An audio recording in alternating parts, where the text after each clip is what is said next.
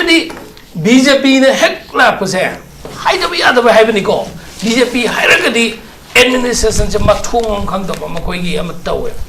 मणिपुर की people ngasi wahali se ngasi BJP ने ना थोक्तन चेन भी यारो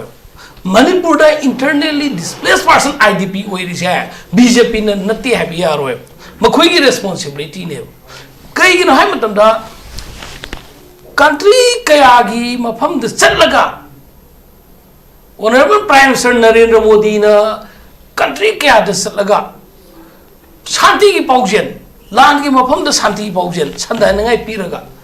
मणिपुर को पिखरबा सेकंड स्मॉलेस्ट स्टेट ओइरिबा मणिपुर की पिखरबा सिदा माना शांति की पाउजेन पीरगा शांति लहलगा चथोक चसिन जानबा ngam से मागी थमोई से मागी आइखोइदना इंटरनली डिस्प्लेस पर्सन होनबा मागी इंटरनली आइडिया सिना मणिपुर से मचेताना मांगखरसनु मणिपुर ना अमगहना येंखलगा इंडिया दा वा माइबा ngamhaldnangai gi मणिपुर की मपांगन थुदियकपा मणिपुर की यूथ सिंह मणिपुर की पॉलिटिशियन सिंह मणिपुर की इंटेलेक्चुअल सिंह मसिगी मपांगन थुदियकपनि हाइने लौदम ngam येबिउ ngasi सेक्रेटरी फमीबा पुलिस हेडक्वार्टर फमीबा अमदी इवन अतोप अतोप जगह सिंदा इंस्टीट्यूशन सिंदा ngasi एखोय मणिपुर मसा मणिपुर की मसा सिंह अचौब पोस्ट क्याम लेरिगे ngasi मणिपुर की लेब फिबम सिदा होय थोखरिबा लांदो अदुगा सिगी तोखरो लाइबकना सुम थो हाइदन थोपने सुना तंग एखोय खलसे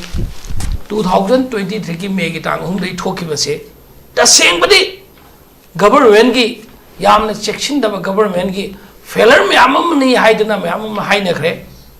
एखोय पार्टी दुसु ताइनरोइगेबा गायकोबा हौजिक मखोय की पार्टी दुना सेंटर द पाइबा सरकार अदुना बिहार द बीजेपी न वोट कारगा मणिपुर दा हराउदना लादु इनबंगमी वाखलोनेब आइडिया से मणिपुर की चैप्टर से नो अखोई इंडिया दा इंडिया की गवर्नमेंट दा अखोई मणिपुर की हौजी हौजी अखोई याबा सीनियर पॉलिटिशियन हाइदनेब इसागी इरम दे इसाना रिफ्यूजी ओइरिबा लमजे रिफ्यूजी मोर देन 6000 ओइरिबसे सही अहुम फारकदौरे अनि मखाई हेंगलेबा सिगी सिबु संताइ नबं ngमद्रबा इंडिया की प्राइम मिनिस्टर दे हेना सावबो इंडिया दा डेमोक्रेसी दे kai लेगेने नदे माना ngambadi am ngamgreba Maggi community है कि मेरीज लो दो थुगाई रगा पार्लियामेंट पास तो थोपा ngam बा आईडीपी की नसी की दोलाई थाबी इशू से लाइसे दोलाई थाबी की इशू द पेन द लाइसी दोलाई थाबी त नते बा तोरबुंग बंगा दा अमदा अखोई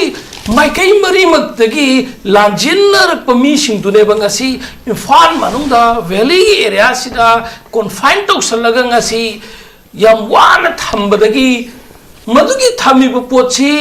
खजितंग रिलीफ पीबगी मोता मखोइगी नोमगी रसन मनी नतग नोमि चंगद यादबगी पैसा खजितंग हेंगत पियो हाइबदी हेंगत तबिदा संगाई फेस्टिवल लुपा करोड़ ट्राक ते छिन थोकेबसे संगाई फेस्टिवल सि तौदबी यादब पोसक अमरा हाइबदुने बुलाइसे संगाई फेस्टिवल सिन उल्लिसे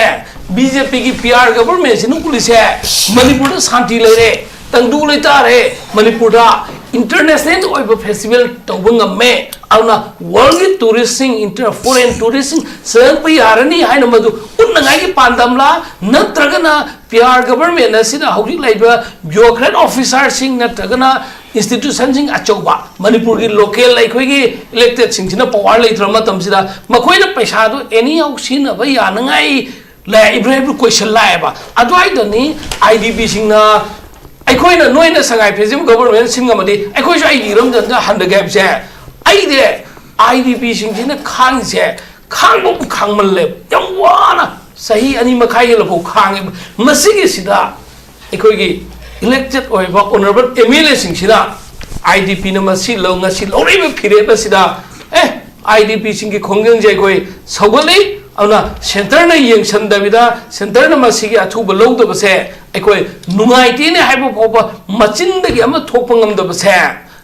मखोयगी political opportunist oiba mi singna madu thokpa ngamdabra haina khaleba. Okay, thank you very much. Nang sai oza top chata roi boina laksake.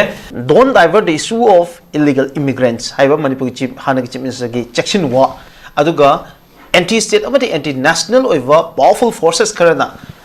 illegal immigrants ki issue se na thaina bo honare ꯑꯩꯈꯣꯏꯒꯤ ethnic ꯀꯣꯟꯐ꯭ꯂꯤꯛꯁꯤꯒꯤ ꯈꯨꯗꯣꯡꯆꯥꯕ ꯂꯧꯔꯒ ꯍꯥꯏꯗꯅ ꯊꯝꯃꯤꯕ ꯋꯥꯐꯝꯁꯦ ꯃꯁꯤꯒꯤ ꯀꯃꯥꯏ ꯌꯦꯡꯕꯤ ꯃꯁꯤ ꯑꯩꯈꯣꯏꯒꯤ ꯀꯣꯡꯒ꯭ꯔꯦꯁ ꯄꯥꯔꯇꯤꯒꯤ ꯃꯤꯠꯌꯦꯡꯗꯒꯤ ꯁꯤ ꯑꯣꯕꯖꯔꯕꯦꯁꯟ ꯀꯃꯥꯏ ꯂꯩ ꯃꯁꯤ ꯑꯍꯥꯟꯕꯗ ꯑꯩꯈꯣꯏ ꯃꯅꯤꯄꯨꯔꯗ ꯏꯂꯤꯒꯦꯜ ꯏꯃꯥꯏꯒ꯭ꯔꯦꯟꯁꯦ ꯃꯌꯥꯝꯅ ꯍꯦꯛ ꯏꯂꯤꯒꯦꯜ ꯃꯥꯏꯒ꯭ꯔꯦꯟꯁ ꯀꯩꯅ ꯍꯥꯏ ꯅꯠꯇꯦ ꯑꯩꯈꯣꯏꯅꯁꯨ ꯑꯗꯨꯝ ꯗꯤꯁꯀꯁꯟꯗ ꯁꯨꯝ ꯍꯥꯏ ꯏꯂꯤꯒꯦꯜ ꯏꯃꯥꯏꯒ꯭ꯔꯦꯟꯁ ꯃꯌꯥꯝꯁꯦ ꯃꯅꯤꯄꯨꯔꯗ ꯀꯔꯝꯕ ꯃꯇꯝꯗꯒꯤ ꯃꯁꯤꯒꯤ ꯏꯁꯨꯁꯤ ꯂꯥꯛꯈꯤꯕꯒꯦ मजे कोई मणिपुर प्रजा सिंह खरा भाप तामिनबम संगे मजे मतम मतम की होई सरकार लेमी अखोगी कांग्रेस की ओइना सु सही 15 पालमी अदुबु 2017 की मार्च गिदी हैबतारे अखोगी मणिपुर दा भारतीय जनता पार्टी बीजेपी न लुसिंगबा सरकार सी पानखरे चुंगसिनबा मसिगी हेक सही अमगा 7 मंथ 1 year and 7 months सुबो मतम दा हौजोग पुदी सेम ओइद्रबा मतम दुगी Honorable CM ओइबा Shri N Biren Singh ना बांग्ला इंडिया टुडे की मिफम अमदा हाइबता है जम चाउन सिनबा इंडिया की नेशनल मीडिया सिंह सिनबा अदुम मिफम अमदा हाइबसे इलीगल इमिग्रेंट्स की इशू जे इलीगल इमिग्रेंट्स मणिपुर दा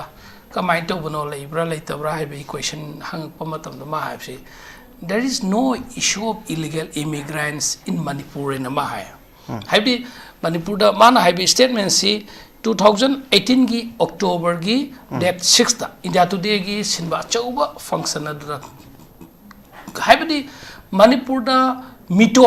मियानसा फॉरेन कंट्री दगी नारोन दा लोटना चेंजिलकपा इलीगल आइन यादबा इमिग्रेंट्स लोटना चेंजिलकपा मरम थादोगा चेंजिलकपा अदुबा मरैबा खादू लोन संगसलप लेते इशू फो लेते दैट मीन्स 2018 की अक्टूबर की टांग तरुक की नुमितो इंडिया टुडे ने सिनबा कनक्लेव अचौब कनक्लेव तो नेशनल मीडिया सिंह हाइख्रबने ओके यम रबी मतंग इंटरवेंशन में सामते लाक्सगे हाइरिबा वाफम जी इंडिया टुडे की कॉन्क्लेव सिदा अखोगी हाइग्रे बजिमा मैम लोइंग खंगनरे तबुतबु मधुगी मतुंगदि इलीगल इमिग्रेंट सिंग मसक खंगदोकपगी ओइबा कामजोंगदा मियो लिसिंग तरा हिना लेरमे बर्मिस नेशनल सिंग हाइबा अदगी देन मखोय खंगदोकनबगी दमत गवर्नमेंट कमिटी सेमगतखिबा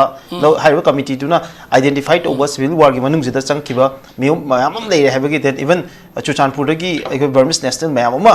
अखोय आइडेंटिफाइड तौरखिबा अदगी इवन डिपोर्टेशन की खोंगदांग सिंग मयामजु लाखिबको मतंग सिददि करे हेबिनी मसी की मतुंगदा यम चावबसी सांडियन डिस्ट्रिक्ट आइबता टेक्नोपन डिस्ट्रिक्ट तगी सांडियन को पुसलागा अखोगी म्यांमार जुमथंग नेबा म्यांमार दगी रिफ्यूजी में सांखिबा मदु इलीगल इमिग्रेंट्स हाइबा वाई सिनदे रिफ्यूजी है मरतन ब कइनो हाइ मतमदा मिलिटरी जुंटाना कुक तौबा मतमदा अखोगी ओंग सान सुची गुंबा अदुंबा यामना पॉलिटिकल एक्टिविस्ट लीडर मा बर्मा की मा कुक तौबा मतमदा मिलिटरी जुंटा की यामना इरांग थोकबा मतमदा मथवाई हिंगनाई दमकता युमथंग नरिबा इंडिया की सरकोब मणिपुर चेलगा टेक्नोपन डिस्ट्रिक्ट सांडियन डिस्ट्रिक्ट स्वाद लेरे हाइन तब 2021 दनी मिलिटरी कुक तब जुंटा की तब से चेलप रिफ्यूजी मैम से रिफ्यूजी का इलीगल इमिग्रेंट्स का डिफिनेशन यम खेनेको मैमना रिफ्यूजी सिना तोंगालमनी एकोन अमुक लाक्सगे मदुबा रिफ्यूजी मैम से सी मतमदुगी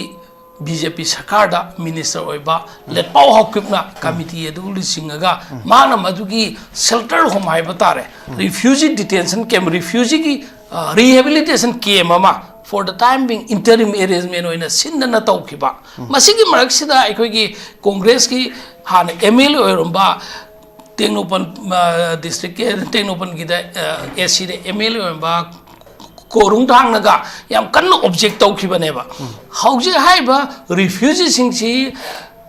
लेटपाउ हॉकिप की असेंबली कॉन्स्टिट्यूएंसी ओइबे टेक्नोपल डिस्ट्रिक्ट सिदा टेक्नोपल एसिदा वोटर लिस्ट हापसले हाइबसे हाइखिबनेबा अदुगा नसाइगी सांडियन डिस्ट्रिक्ट ना Chandian district Chandian is the level at Park Tengopan is the Tadu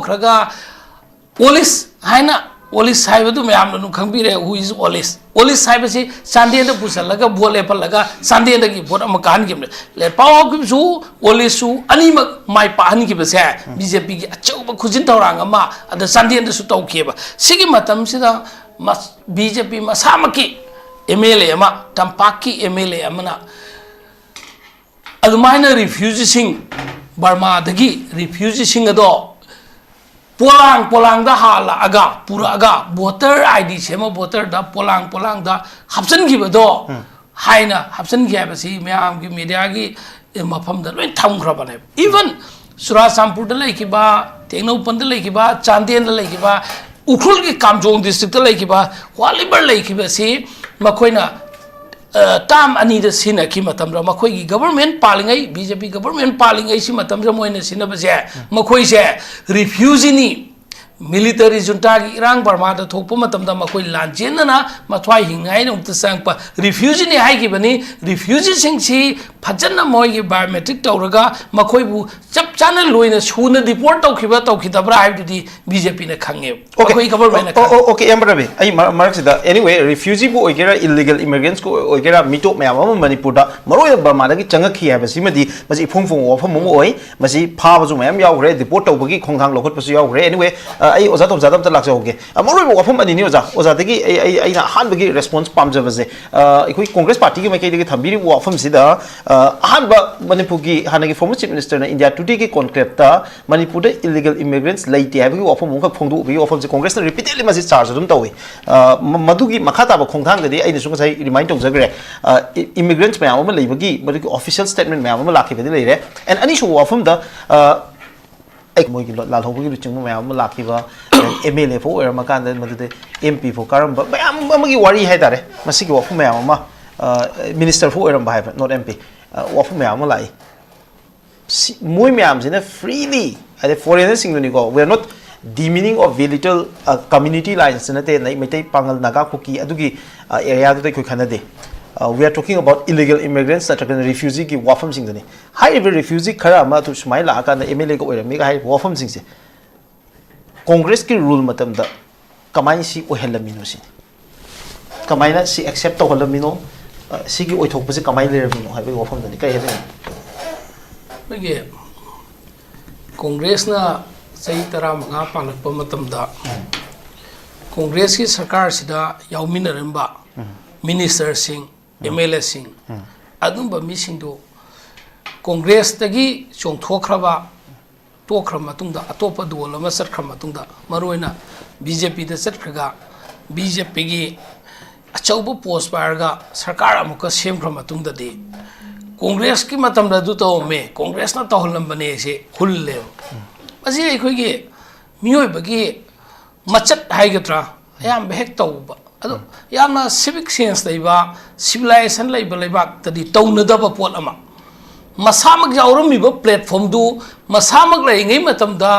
achauba role lawga key post pai ngai matamda masidi smai tausin sidi yaningi yaningde this and that if masigi issue si illegal immigrants oigera foreigners oigera refugees oigera walibar India ki mapan ki lakpa mi singi damak tadi ai koi sugumba law ma state ki oina India ki law di ma koina Manipur na semba ngam bazat na te ko state amna semba ngam de ba Manipur ki oiba tongan ba cabinet decision lawraga Manipur ki state assembly da laiba moi humphun lawraga sumain tausi sigi na ta bata ga de ai koi si no man taga no ma Manipur ki demography da akai bi yam lakani ai koi ki population da ai koi ki coding mak ta lakani madu haina proposal tauram draga even if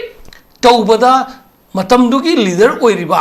chief minister oigera speaker oigera qualified cabinet minister sinduna tabid hargana madugi issue sina dissent mode piba targadi dissent mode ai amalai ekhoi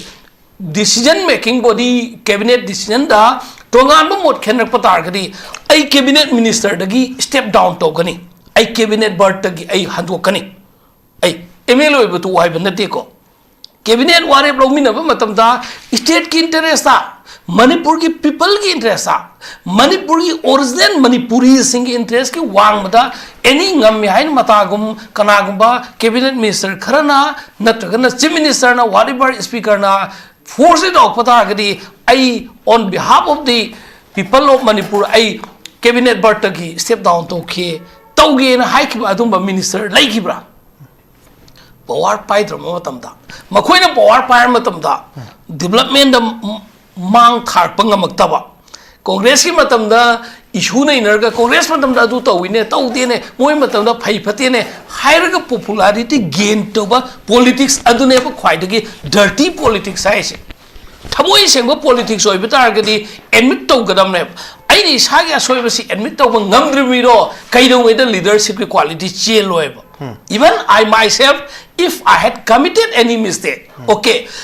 unconditional apology ama leibak miyam da oh ai matam du dai cabinet minister oi matam dai MLA oi matam dai adu gi leader oi ai political party ama gi ai su matam da so boy adu ai matam san ma du gi issue du raise to bangam kide adu ga even aina issue du pukhalaga su leader na tabi kide adu ai matam dra ai gi praja gi khalaga aina आई चौकरी कोलग लेके आई चौकरी दगी थापथोखिरे मदुमक आई असोनबा money अदुबु ngasidi mang thokna ngasi ai mikup tagidi ai thamoi singna tawragi aina haik punumito adune ba ganga gi ising de irupaga arab ki halsaluraga maka madina gi ekogi adum baba zamzam ising thaga singado natte ba people da prajada ai asoiba se surrender tawba centre तो वैदि माना लाले है जो आइबन नते आई सुमाइन तौखरे अदुमाइना हाइबं ngamba leader sing do manipur da pok tabane manipur da poibo leader sing sidi anyhow by hook or crook aina taukhri je adum chummi aina ngam ai ki power matam da haina tawweba hojik lai bu pochi haibiri je ko yamrabina haibiri je congress ki su bjp ki su any political party da yauri mi khudi moksa adumai tawena haibi doira kama haibi do aina haije sidi responsibility se अतोपा मीद ताइसन नबै मोता responsibility इसाइ चालोमिन सेबने okay लसी लसाइ आई कम हाइ जखिए अहान बगी टॉपिक त लाइबा don't divert issue of illegal immigrant साइना former minister Shri N Biren Singh ना हाइब वाइसे मसी वाइसे इशू से मान हाइब टॉपिक इट्सेप वाइस मक्ति इलीगल इमिग्रेशन इशू दगी डाइवर्ट तौगनु हाइबसिदी याम फजब पोट अमोयबा तौदबु मनुगी एजेंडा दा आई की मतम दा पावर पाइंगे मतम दसु आई ना इलीगल इमिग्रेशन की इशू से चुमना दिल तौखिदे को लैते खंगदबैरा नत्रगा लैना लैते हाइजन की बैरा आई मतम दसु असोइब खर लैखरे को हाइबदो एडमिट तौहन पामी हाइबनिदा पार्टी दा डाइवर्ट तौगनो हौजिक सु collectively effort ama ekoi sangmi ne irrespective of political party ekoi at any cost illegal immigrants city deport hon ba as soon as possible deport hon ba ki collective effort ama sangi matam congress matam da mo ya holami bjp matam da na voter absalami haina ekoi kai sun nei na roi se hakani okay yamba ai congress bjp ne allegation me am to congress ta repeatedly ko me am to illegal immigrants question sida I'm not bringing all those things here ka im da pusala roi ge yamba but aroi boina tham janing is ga argument ekoi pawng shooting kumar ge aina bodong ko lotho ka da yam da lakhiba question ni hauji aro yam na responsibility lokhum to e there has to be accountability the governance to the army me gudum responsibility lokhum to yam da ida laksani is congress as a strong political party who had been power in Manipur for a long time Manipur da sakti power adum party mo ina congress su illegal immigrants amasung refugee ki kasai ki issues si take up tonu bo khona ki effort ta fail oi howi have si mati accept over to no matam du da ekhoi gi congress ki matam da madu gi illegal immigrants ki refugee ki foreigners ki whatever hoi naron da sang khiba lo na legally thengnar ga legally deal tau khiba na ta naron da mafam लोगी एखोगी मणिपुर की सरकार की लोगी कुछ ने यौखिदब जगह दा संखिबखिदी हाइबंगम बहुनदे तौबतबु एखोइना एखोइ उकिलोइसि जै कुनगुमदोइ मरी सुरे एखोइसे मिराज को मसिदा एखोगी फॉरेनर सिंग फाब मतमदा फॉरेनर्स एक्ट एना मलेबसिगी सेक्शन 14 की मखादा फॉरेनर सिंग चि डिपोर्ट तौगदम ने जावबसि लो कोर्ट डिल तौग डिपोर्ट तौवे मसि कांग्रेस की मतम फॉरेनर सिंग को अदुगा illegal immigrants haina kanna topa masik issue sidi ekhoi congress ki matam sidadi hoi ngasai gi amani manga tara yauram mi harga so ekhoi na subsana check and balance tawang ngamdraga so sab chana masing yamna yaushilaga maduna electoral politics se yauraga even ekhoi gi voter list sang pagi area dumadi madumadi congress ki matam dadi anyway yamba ekoi matam yamna I lozer roi ke voter list na te hoji ekoi pawso ni kubana puthori je MLA phobo Burma de la ka ki wafam ni ai oja tom sadong la se oja hoji yamra bi na pukhale bo wafam sing si kai response to bi ai aduka moina hanik chief minister nam hang thagal iba magi expose ta hoji national media me amna carry to river je hong ki matam khara sida north east ta illegal immigration question ko confusion from yaure minam khak permission bi yam tom sai pi ding da amo so tin na sai ki MLA minister pho oira ka karam mi hai se na sai ki Burmese Burma de lakpa Manipur ki tara MLA minister kana masa mak